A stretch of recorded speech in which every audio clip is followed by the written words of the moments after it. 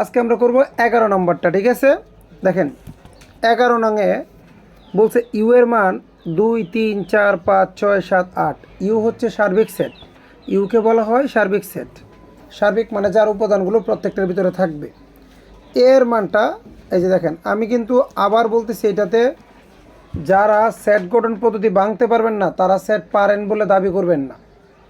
Union ইন্টারসেকশনের মান পারা মানে কিন্তু সেট না। সেট যারা ভাঙতে পারেন, সেট গঠন থেকে তালিকায় আনতে পারেন, তারাই সেট পারবেন। এখানে বলছে এর মানটা কত, বলছে x element N, x element N, এবং এখানে বলছে 2 থেকে বড় এক্স এবং 7 থেকে ছোট। আর কোনো শর্ত আছে এখানে? আর কোনো শর্ত নয়। তাহলে এটা কত 2 থেকে বড়, তাহলে 3 4 5। গুড। আচ্ছা 6, 3 4 5 6, 3 4 5 6, এটা হবে না? এটা হবে। আচ্ছা বি এর মানটা তো দেওয়া, সি এর মান কি? সি এর মান দেয় না, এখানে এস যে দিছে একটু দেখাও তো আলিফ। এস এর মানটা এ সদস্য বি এর, বি সদস্য বি এর, আর বি এর মানটা বি মানে ওয়াই এর পরিবর্তে বসছে শর্ত। এটা কি? অনয়। Good boy. এটা কি একটা অনয়? আচ্ছা আশা করি প্রশ্ন বুঝছি। ক নম্বরটা দেখো একটু ডিফারেন্ট, বলছে এম প্লাস এন, আর একটা বলছে এন, আবার এই পাশে বলছে 7 আর 5। বলে এম এন এর মান কত? তোমাদের আমি একটু বলি, এনে প্রথম রাশি সমান প্রথম মান, দ্বিতীয় রাশি সমান দ্বিতীয় মান, এই দুটো তো ক্লিয়ার।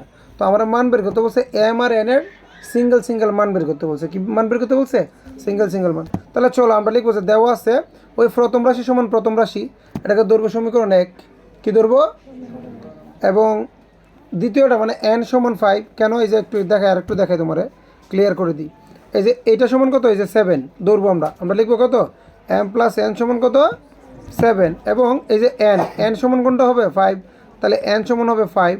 এটা ধরবো 1 নং, এটা ধরবো কি 2 নং। ইনডাইরেক্টলি একটু লক্ষ্য করো, এন এর মান কিন্তু দেওয়া, এন এর মান 5, এন এর মান কত?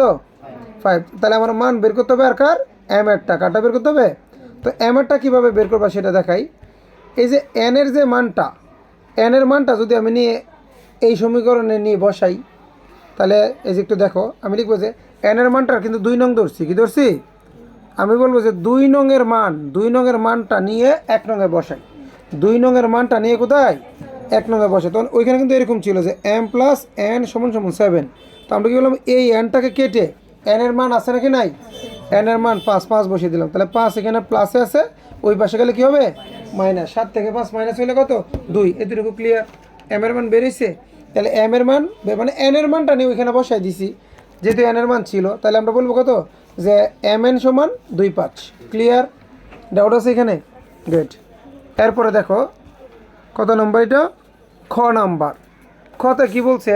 সি ইকুয়াল এ প্রাইম হলে পি সি নির্ণয় করে দেখাও যে পি সি এর উপাদান সংখ্যা 2n। এই অঙ্ক করলাম না কতবার? শুধু এখানে আগের একটু ক্যালকুলেশন। দেখ এ প্রাইম করতে হবে আগে। এ প্রাইম করে এ প্রাইমটা কার মান? সি এর মান। মানে এ প্রাইমের উত্তর যত আসবে সি এর মান তত। এ প্রাইম মানে কি? U minus A, U minus, তাহলে U minus A minus A, যে ইউ মাইনাস এ উত্তর যত, এই যে ইউ মাইনাস এ এর উত্তর যত, এটাই মানে সি এর মান, এটাকার মান। এবং এই পাওয়ার সেট করতে বলছে কাকে? সি কে, মানে ওই উত্তরটাকে। চলো আমরা করি। এরপর 2nকে সমর্থন করে এই নিয়ম তো আমরা কতবার করছি। আগে ইউ এর মানটা লিখলাম, এ এর মানটা তো যে বের করলাম, 2 থেকে বড় 7 থেকে ছোট কত? 3 4 5। Okay fine. এরপরে যে কাজটা করব, আমরা এ প্রাইম করব। আমরা এ প্রাইম করব। কি করব? এ প্রাইম কিভাবে করে? এ প্রাইম মানে হচ্ছে U minus A, U minus, তখন আমরা কী করবো? ইউ এর মান থেকে এর মানটা মাইনাস করবো। মাইনাস মান তো জানি যেগুলো মিলে। আয় দেখো আলিফ আজকেও বলতেছি 4 5 6 কাটা, যেগুলো মিলছে এগুলো কি? এবার উত্তর কোনগুলো হবে বলো তো? এটা কিন্তু মিলছে। এখানে উত্তর হবে 2 7 8। এখানে যদি নতুন আর একটা থাকতো ওইটা উত্তর হইতো না, ওই পাশে বাড়তি থাকতেই পারে। ঠিক আছে, আমি শুধু দেখবো এই পাশ থেকে কোনগুলো ওই পাশে মিলছে, এই পাশে যেগুলো মিলবে শুধু এগুলো কাটা। বলেছিলাম না? আসেন এরপরে দেখো, এখানে আমরা সি এর মানটা, তাই এটাই উত্তর, তাহলে এটাই সি এর মান, এটাই উত্তর, তার মানে এটাই কি?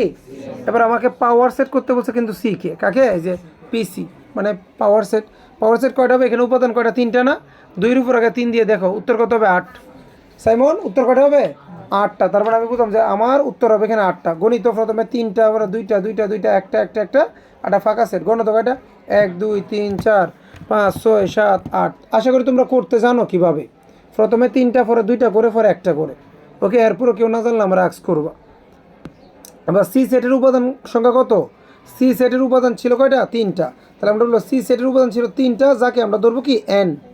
যাকে ধরবো কি লিখবো? সি সেটের উপাদান সংখ্যা এন মানে 3। এন কিন্তু উপাদান সংখ্যা। এন মানে কি প্রকাশ করে? এন মানে প্রকাশ করে উপাদান সংখ্যা। তাহলে আমরা লিখবো যে সি সেটের উপাদান সংখ্যা এন সমান সমান কত? 3।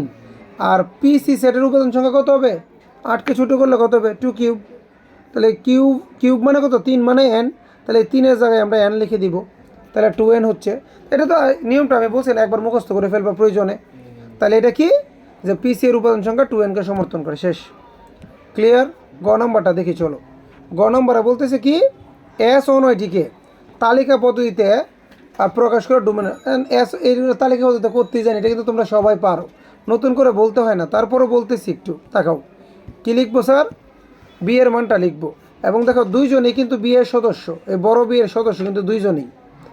এও বিয়ের সদস্য, বিয়েও বিয়ের সদস্য, দুইজন একজনের সদস্য।